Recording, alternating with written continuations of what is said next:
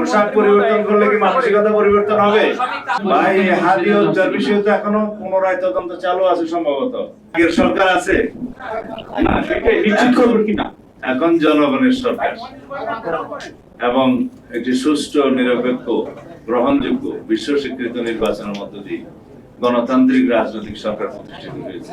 সুতরাং আগের সাথে তুলনা করলে চলবে।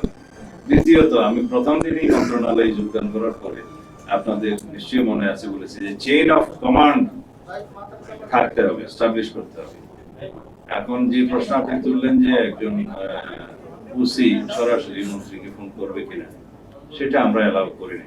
তবে মন্ত্রী যদি প্রয়োজন মনে করে যে কোনো লেভেলে যোগাযোগ করার, সেটা করবে, কিন্তু চেইন অফ কমান্ড ব্রেক করে যেন নিম্ন পদস্থ কর্মকর্তারা তার উপরস্থ কর্মকর্তাদের ডিঙ্গিয়ে সরাসরি তার উপরস্থ কর্মকর্তাকে যোগাযোগ না করে, এটা বলা হয় চেইন অফ কমান্ড যেন ব্রেক না করে, সেই সিস্টেমটা আমরা চালু করেছি। ইতিমধ্যে সেটা প্রতিষ্ঠিত হয়েছে। এই মেসেজ আমাদের ডিপার্টমেন্টের সবার কাছে গিয়েছে। তবে পুলিশ কমিশনার বা আইজিপি যদি মনে করে যে কোনো লেভেলে উনি যোগাযোগ করবেন, সেটা করতে হবে, কাজের প্রয়োজন। এখানে চেইন অফ কমান্ডটা বজায় রাখতে হয় নিচের থেকে উপরে, কিন্তু উপর থেকে যে কোনো প্রয়োজনে যে কোনো লেভেলে যোগাযোগটা রাখতে, যে কোনো সেটা নিয়ম।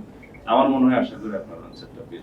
ডিএমপির ক্ষেত্রে ডিএমপি কমিশনারকে আমরা অনুরোধ করেছি আমাদের যে ট্রাফিক ডিপার্টমেন্ট আছে তাদের সাথে বসে আমরা কিভাবে যানজট কমাতে পারি, তারা এক সপ্তাহের মধ্যে আমাদেরকে একটা রিপোর্ট দিবে।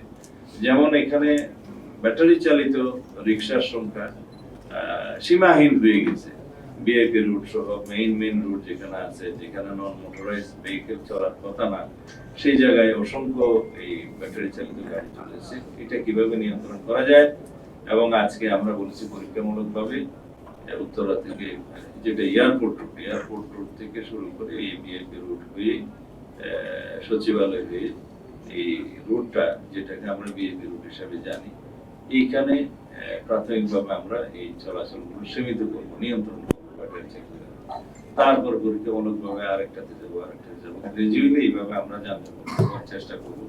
কি কারণে আমরা যানজট হচ্ছে সেটা আমরা অনেকেই জানি, তারপরেও আরো কিছু খুঁটিনাটি বিষয় আছে, এগুলো পরীক্ষা নিরীক্ষা করে আমরা বলছি একটা রিপোর্ট দিতে। যেমন আমরা নিজেরাই ট্রাফিক সিগন্যাল মানি না, বামের লেনটা উন্মুক্ত থাকার কথা, বামের লেনে গিয়ে গাড়ি চলতে থাকি। এগুলোর জন্য আমরা সিটিজেন হিসাবেও আমরা দায়ী। আমরা এই সচেতনতাটা আবার সৃষ্টি করতে চাই, যাতে আমরা প্রত্যেকে ট্রাফিক আইন মেনে চলি এবং ট্রাফিক পুলিশকে সহযোগিতা করি, তাহলেও কিন্তু অনেকটা সমাধান হয়। পুলিশের ইউনিফর্ম ভাই, হাদি হত্যার বিষয়ে তো এখনো পুনরায় তদন্ত চালু আছে সম্ভবত। আগে যে চার্জশিট দাখিল করেছিল নারাজি দেওয়ার পরে আবার সিআইডি তদন্ত করছে। তো তদন্তাধীন বিষয়ে আমি বিস্তারিত কোনো বক্তব্য দেব না। তদন্তটা সমাপ্ত হোক, তারপর আমরা ব্যবস্থা নেব। তদন্ত সমাপ্ত হোক, আপনি নির্ধারিত করে এটা ওইটা বলতে পারেন। এই বিষয়টা পরে, পোশাক পরিবর্তন করলে কি মানসিকতা পরিবর্তন হবে, সেটা পরে। এটা আমরা পুলিশ ডিপার্টমেন্টের সাথে আলোচনা করে যথাযথ ব্যবস্থা নেব। ধন্যবাদ। দেশে দেশে সবার সাথে দ্য নিউজ।